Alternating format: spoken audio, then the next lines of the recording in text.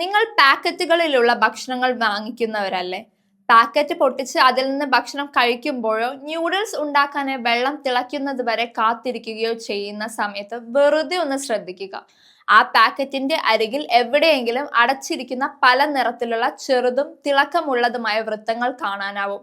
എന്താണ് പാക്കേജിംഗിലെ ആ നിറങ്ങളുള്ള വൃത്തങ്ങൾ കൊണ്ട് അർത്ഥമാക്കുന്നത്?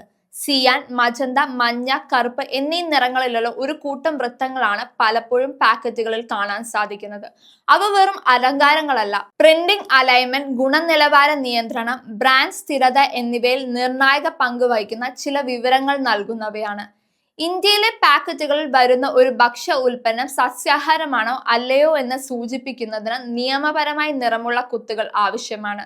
സസ്യാഹാരമാണെങ്കിൽ പച്ച കുത്തുകളും, നോൺ വെജിറ്റേറിയൻ ഭക്ഷണമാണെങ്കിൽ തവിട്ട് നിറം അല്ലെങ്കിൽ ചുവപ്പ് നിറമുള്ള വൃത്തങ്ങളും ഉണ്ടാവുമെന്ന നിറത്തിലുള്ള വൃത്തങ്ങളാണെങ്കിൽ മുട്ട അടങ്ങിയ മഞ്ഞ നിറങ്ങളുമായിരിക്കും ബന്ധപ്പെട്ടിരിക്കുന്നത്.